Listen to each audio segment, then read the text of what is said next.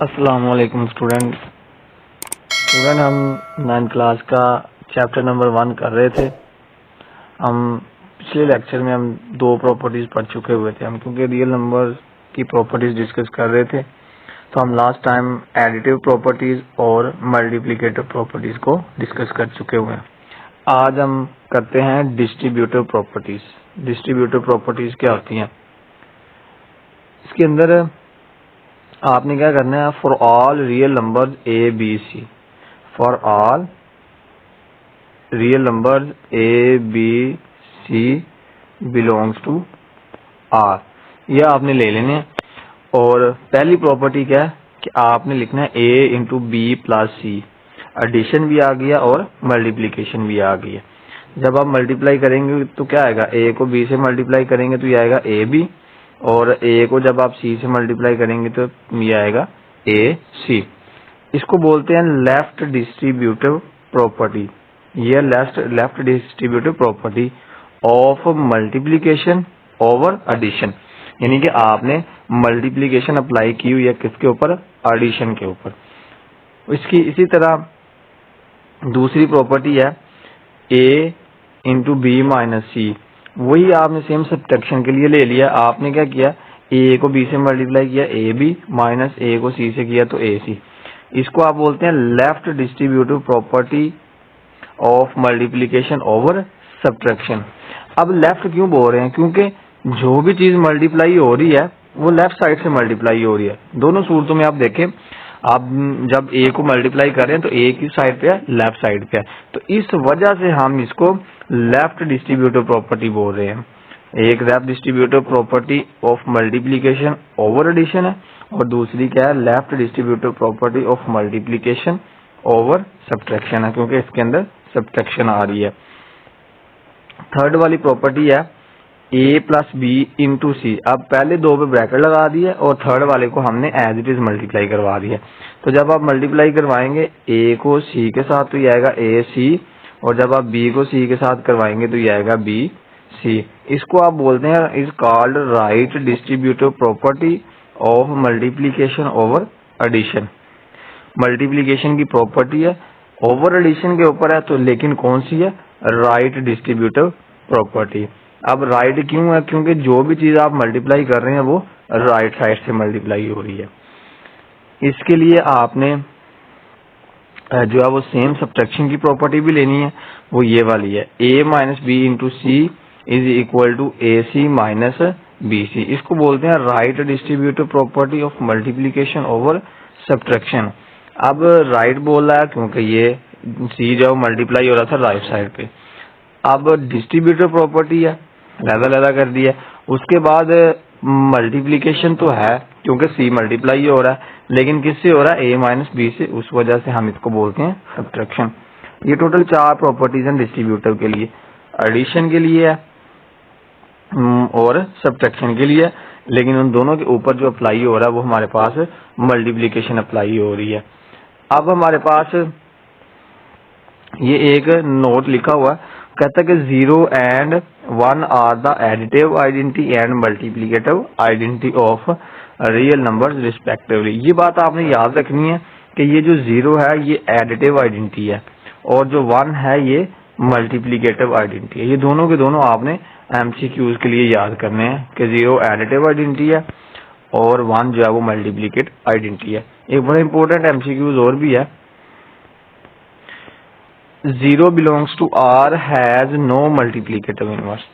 0 real number तो है क्योंकि जो रियल लाइन है ना उसके ऊपर जितने भी नंबर्स है ना उन सब का इनवर्स एग्जिस्ट करता है, यानी कि उलट उनका एग्जिस्ट करता है।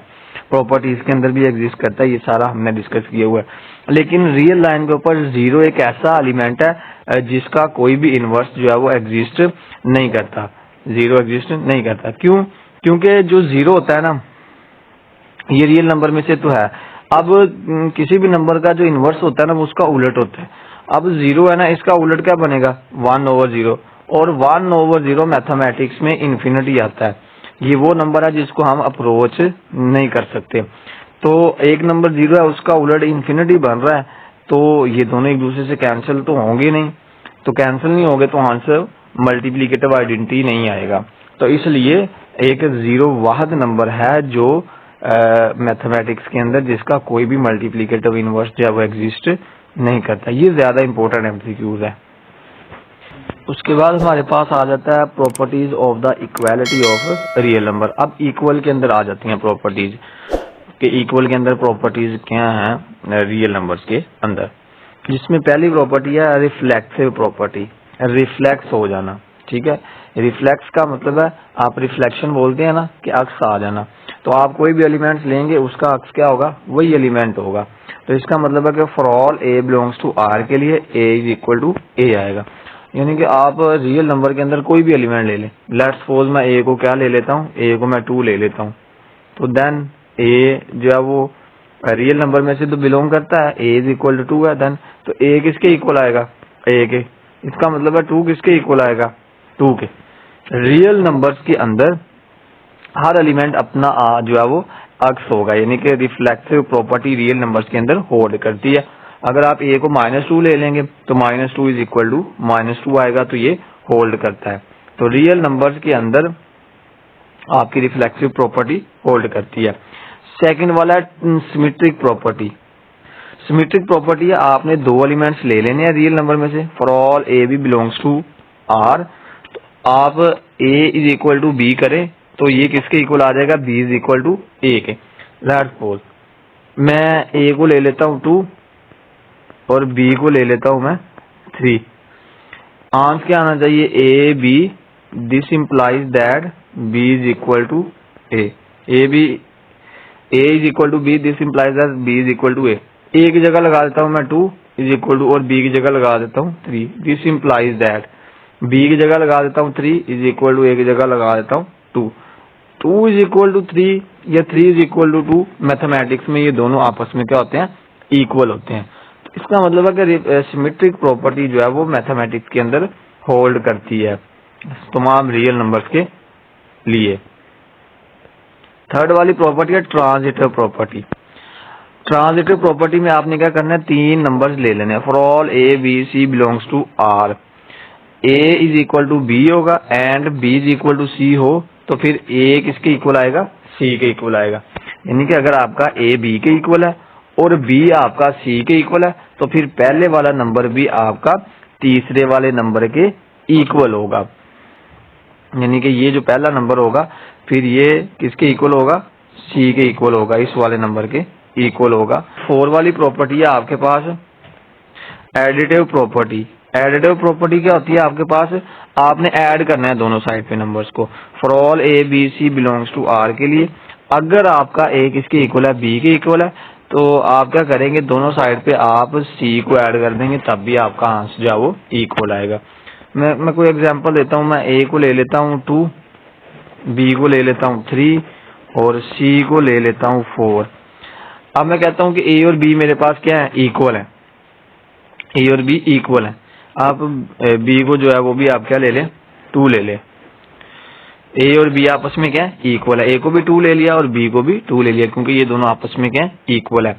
देन मैं क्या करूंगा, ए इज इक्वल टू बी लिख लिया मैंने। अब मैंने क्या करना है, दोनों साइड पे सी, ए कितना है 2 और बी भी कितना है 2। अब मैं दोनों साइड पे मैंने क्या करना है, सी को ऐड करना है। सी मैंने क्या लिया हुआ है 4, तो इधर मैं 2 + 4 करूंगा, इधर भी मैं 2 + 4 करूंगा, तो दोनों साइड पे मेरे पास आंसर क्या आ जाएगा, 6 आ जाएगा।